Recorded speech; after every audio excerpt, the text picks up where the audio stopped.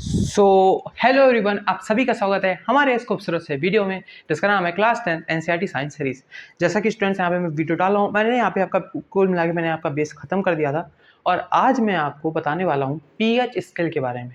ये बहुत ही important topic है, ये मैंने कहा था मैं पीएच स्केल बताऊँगा।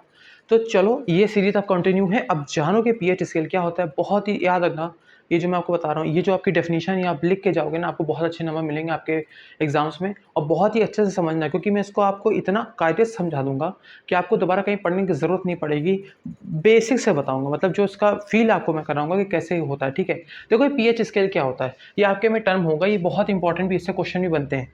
देखो पीएच स्केल आपका, पहली चीज़ समझो, इंट्रोडक्शन सुन लो, इसमें मैं बताने से पहले मैं आपको बता पीएच स्केल आपका क्या करता है। देखो पीएच स्केल आपकी बनाई गई थी इसलिए, देखो पहले चीज़ आप जैसे आप जानते हो कि यहाँ पे जो आप इंडिकेटर्स आपने पढ़ा था, मैंने पढ़ाया था, इंडिकेटर आपको क्या बताता था कि भाई कोई चीज़ एसिड है कि बेस है, राइट। अब यहाँ पे पीएच स्केल को यहाँ पे 1909 में एक साइंटिस्ट थे जिनका नाम था सोरेनसन। ठीक है, इन्होंने ये बताया कि भाई कोई चीज़ एसिड कितना वीक है और कितना स्ट्रॉन्ग है, यानी कि अब एसिड वीक ही या स्ट्रॉन्ग कैसे है, ये कैसे हमें पता चलता है पीएच स्केल की वजह से। यानी कि अब हम और गहराई में जाएंगे और जानेंगे कि भाई चीज़ कोई कितना ज़्यादा, मतलब कितना ज़्यादा स्ट्रॉन्ग है, एसिड कितना स्ट्रॉन्ग है और कितना वीक है। अब आप कहोगे सर इसको जानने की ज़रूरत क्यों पड़ी। भाई देखो एक बात बताओ, जो तुम कोक पी रहे हो, जिसके अंदर तुम्हारा कार्बोनिक एसिड डाला गया है, वो क्या वो भी तो पीने लायक है ना। ये हमें पता कैसे चलेगा भाई, कोई चीज़ ऐसा साइंटिफिक वैल्यू भी तो होनी चाहिए जिससे हमें पता चले, प्रूवन दिखा सके, हाँ भाई इसकी पीएच स्केल होता है। जो तुम पानी पी रहे हो न्यूट्रल है, ये कैसे हमें पता चला। तो इसके भी कोई ना कोई साइंटिफिक चीज़ें होनी चाहिए ना कि हाँ भाई ये चीज़ ऐसी होती है। तो वो इसी वजह से यहाँ पे पीएच स्केल लाई गई। समझ में आया ना कि पीएच स्केल यहाँ पे क्यों लाई गई, कि यहाँ पे यानी कुल मिला के कि एसिड और बेस की हमें स्ट्रेंथ मालूम पड़ी कि भाई एसिड कौन कितना वीक है। देखो अगर वीक होगा हमें पता लग जाएगा भाई ये पीएच स्केल के इस मापदंड पे चल रहा है, तो हम उसको फिर पी भी सकते हैं, भाई हमारे लिए पीने लायक है ना। समझ में आ रहा ना, इसी वजह से यहाँ पे पीएच स्केल यहाँ पे आपकी लाई है। ठीक है, चलो यहाँ पे अब यहाँ पे ये डेफिनेशन देखो, in in 1909 Sorensen devised a scale known as pH scale. ठीक है, on which the strength of the acid solution, देखो यहाँ पे क्या वर्ड मैंने लिखा है, strength of a acid solution as well as basic solution could be represented in the simple number from 0 to 14। यानी कि जो ये पीएच स्केल लाई गई है वो आपका नंबर कहाँ से कहाँ तक है, 0 to 14 तक यहाँ पे स्केल बनाई गई है। अब यहाँ पे बोला गया making use of hydrogen ion concentration in them, यानी कि यहाँ पे कॉन्सेप्ट लिया गया है कि hydrogen ion concentration in them. अब देखो यहाँ पे क्या चीज़ है, देखो ये क्यों यहाँ पे लिया गया, देखो समझने का प्रयास करो। इसलिए लिया गया क्योंकि देखो जो जैसे मान लो जब एसिडिक सोल्यूशन जब आपका वाटर में घुलता है या बेसिक सोल्यूशन, तो आपका वो H+ आयन देता है और OH- आयन देता है।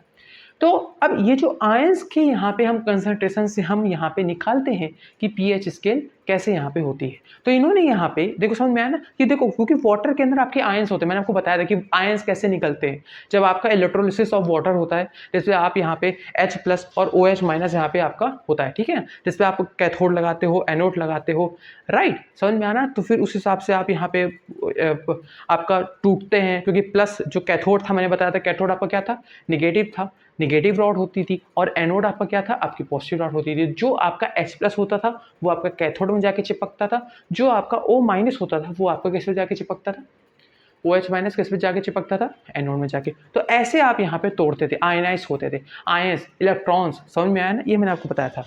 तो ये चीज़ होती है, ठीक है ना, समझो। तो अब यहाँ पे समझने का प्रयास करो, 0 to 14 यहाँ पे होती है। तो देखो इन्होंने क्या फॉर्मूला निकाला, इन्होंने यहाँ पे बोला कि जो आपका पीएच स्केल होगी, पीएच ऑफ ए सोल्यूशन जो आपकी वैल्यू होगी वो आपकी इन्वर्सली प्रोपोर्शनल होगी हाइड्रोजन आयन के कंसंट्रेशन के। यानी कि क्या कह रहे हो सर, देखो यानी कि अगर मान लो कोई सोल्यूशन है, ठीक है, उस सोल्यूशन में क्योंकि उस सोल्यूशन में अगर हाइड्रोजन आयन ज़्यादा होंगे तो पीएच वैल्यू उसकी कम होगी। अगर हाइड्रोजन आयन ज़्यादा होंगे तो पीएच वैल्यू कम हो गई, ये होता आपका इन्वर्स रिलेशन।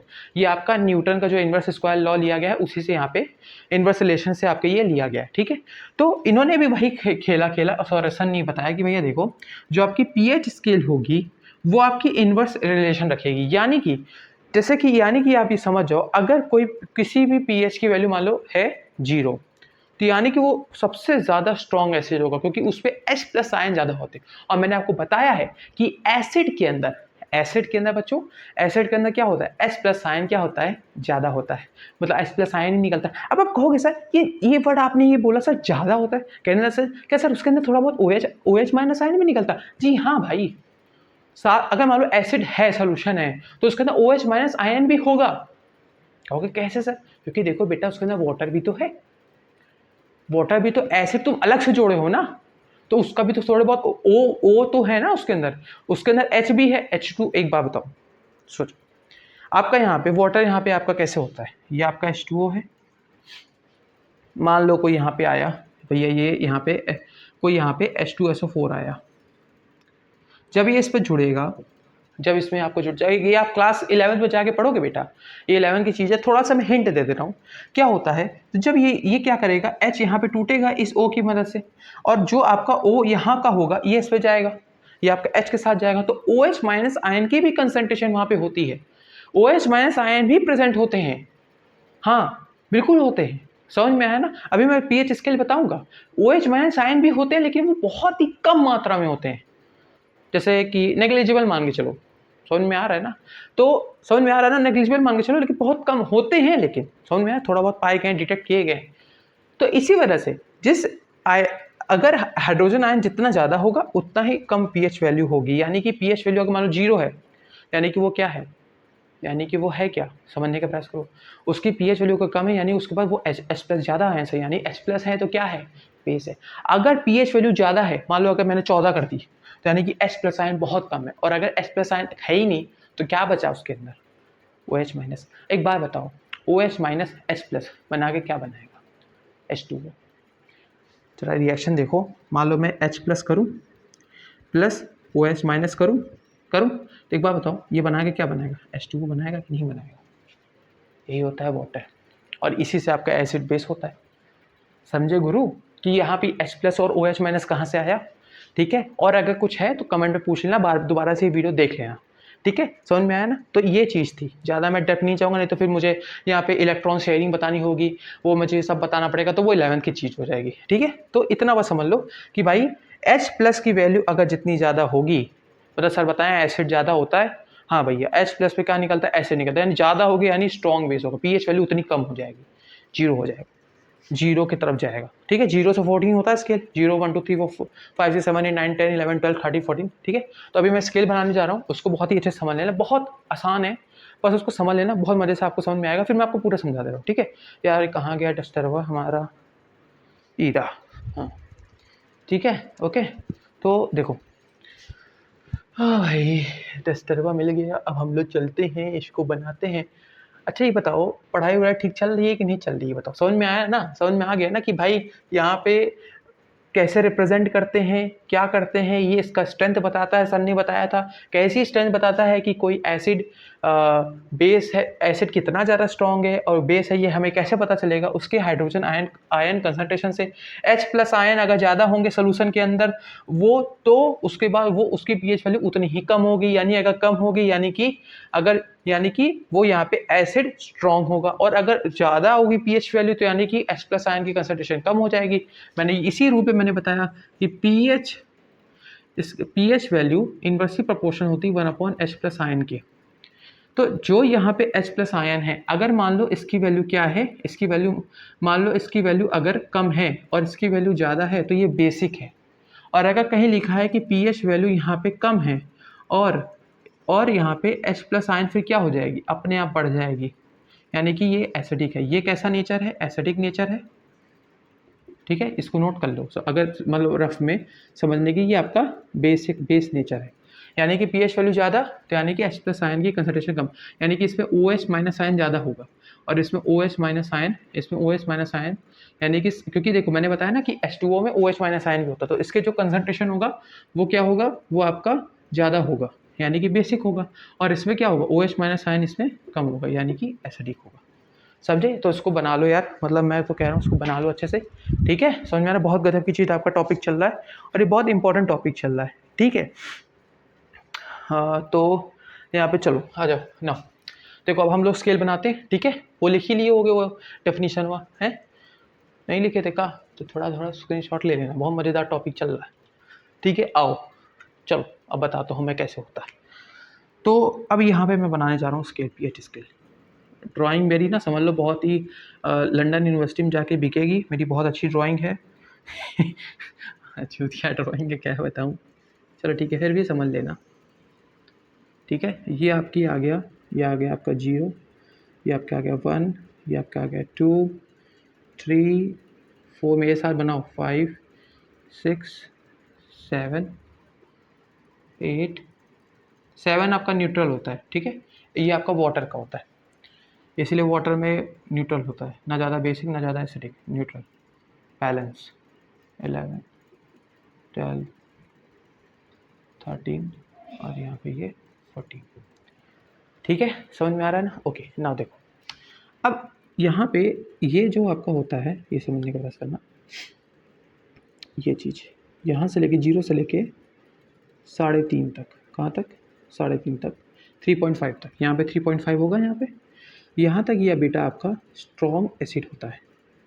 ये किस रेंज में आता है, स्ट्रॉन्ग एसिड। और 3.5 के बाद मैं कह रहा हूँ 3.51, 3.52 धीरे धीरे करके 6, 5, 3.8, 3.9, 3.10, मतलब वही 4 आ गया।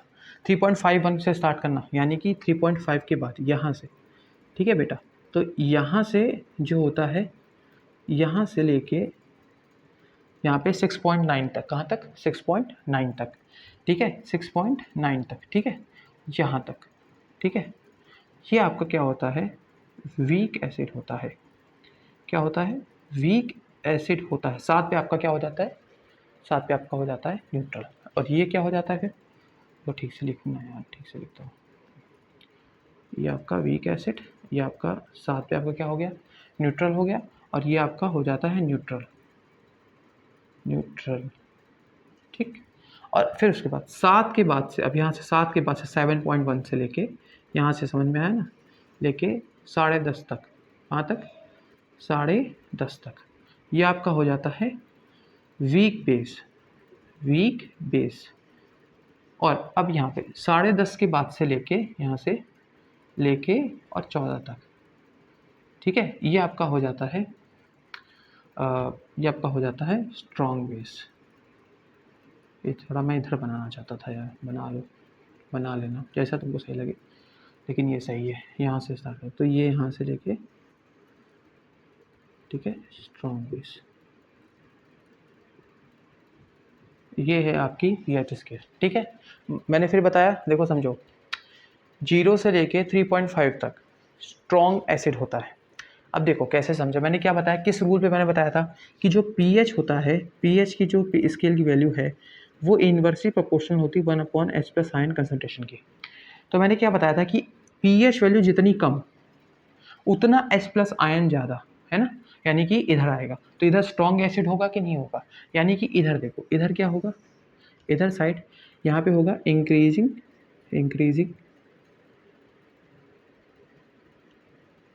H+ आयन कंसंट्रेशन, ये CONC ये कंसंट्रेशन का शॉर्ट फॉर्म होता है।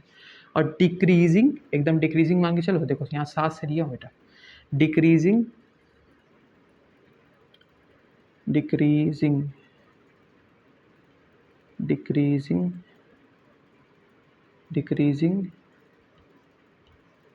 यहाँ पे यार ई होगा शायद से, है डिक्रीजिंग OH- आयन कंसंट्रेशन।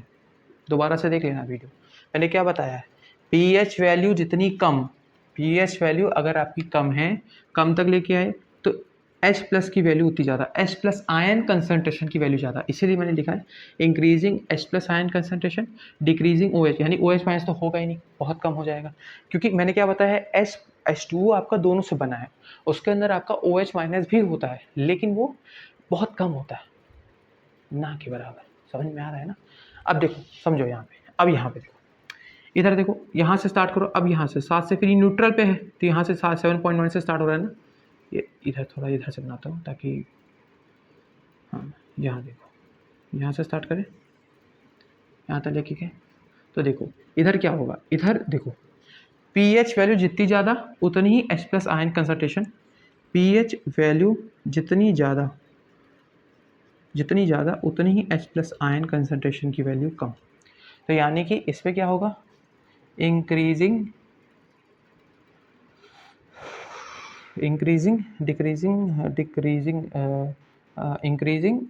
यहाँ पे देखो, इंक्रीजिंग OH माइनस कंसनट्रेशन। बार बार वीडियो देखो, फिर से देख लो, जो मैंने बताया है उस कॉन्सेप्ट को फिर से सुन लो, स्लो करके सुन लो, 0.5x पे सुन लो, लेकिन समझो, वीडियो देख के जाओ। ये बहुत इंपॉर्टेंट टर्म है, ये समझ गए ना तो तुम हर चीज़ समझ जाओगे, फिर तुम्हें कोई दिक्कत नहीं होगी। ये समझ में आता है कि बेस, स्ट्रॉन्ग बेस और वीक बेस है क्या, इसके लिए समझ में आ जाएगी। और यहाँ पे डिक्रीजिंग, ये मेरी सिस्टर को भी अभी आना था, decreasing H plus ion concentration. ठीक है। मुझे लगता है आपको ये समझ में आ गया होगा कि भाई पीएच स्केल आपकी क्या है। तो ये था आपका पूरा वीडियो, बस और कुछ नहीं। पीएच स्केल बस मैं लास्ट में ही बोलूँगा, बस इतना जान लो, अगर पीएच की वैल्यू जितनी ज़्यादा होगी उतनी ही H प्लस आयन कंसनट्रेशन कम होगा और वो बेसिक होगा। और अगर पीएच की वैल्यू जितनी कम होगी, 0 तक जाएगी, तो H प्लस आयन उतना ही ज़्यादा होगा। यही मैंने लिखा है, increasing H plus ion concentration, और उतना ही डिक्रीजिंग OH माइनस कंसनट्रेशन, यानी कि वो बहुत ही ज़्यादा, यानी वो क्या हो जाएगा, स्ट्रॉन्ग एसिड हो जाएगा। यानी कि जैसे कि मैं आपको एग्जांपल देता हूँ, बस इतना जान लो। जैसे कि मैं अभी इसको मैं आपको और अच्छे से मैं नेक्स्ट वीडियो में बताऊंगा कि आपके इसके सवाल कैसे बनते हैं। मैं सवाल भी लेके आऊँगा एक, और साथ ही साथ ये आपका एनसीईआरटी का ही होगा। और साथ ही साथ मैं आपको इसके बाद मैं इसमें बताऊँगा कि जैसे फॉर एग्जाम्पल जैसे आपका HCl है, ठीक है, आपका यहाँ पे H2SO4 है, तो ये आपका क्या है, ये आपका स्ट्रॉन्ग एसिड है। जैसे कि वीक एसिड की कार्बोनिक एसिड हो गया, जितने भी आपके ऑर्गेनिक एसिड हैं वो सब यहाँ पे आपके ऑर्गेनिक एसिड जितने भी हैं ये सब इसमें आते हैं वीक एसिड में। वीक बेस में आपका जैसे स्ट्रॉन्ग बेस में आपका जैसे क्या होता है, यहाँ पे NaOH होता है, बताया था कि नहीं बताया था, ठीक है आपका ठीक है। तो मुझे लगता है आपका यहाँ पे एक है आपका अमोनियम हाइड्रोक्साइड, वो आपका क्या होता है, वीक बेस होता है, ठीक है। तो ये सब चीज़ें यहाँ पे ये ऐसी होती हैं, और आपका ये आपकी पूरी स्केल है, पीएच स्केल आपको सिर्फ इतना ही बताती है। मैंने क्या बताया, इतना ही बताती है कि कोई एसिड कितना वीक है या फिर स्ट्रॉन्ग है। आशा करता हूँ स्टूडेंट्स आपको ये वीडियो बहुत पसंद आई होगी, ठीक है। चलो फिर नेक्स्ट मिलते हैं नेक्स्ट वीडियो में। सब्सक्राइब करो, सब्सक्राइब करके जाना, समझ में आया ना, सपोर्ट करो यार, तुम्हारे सपोर्ट से तो मामला चलेगा मेरा है। चलो, जय श्री राम।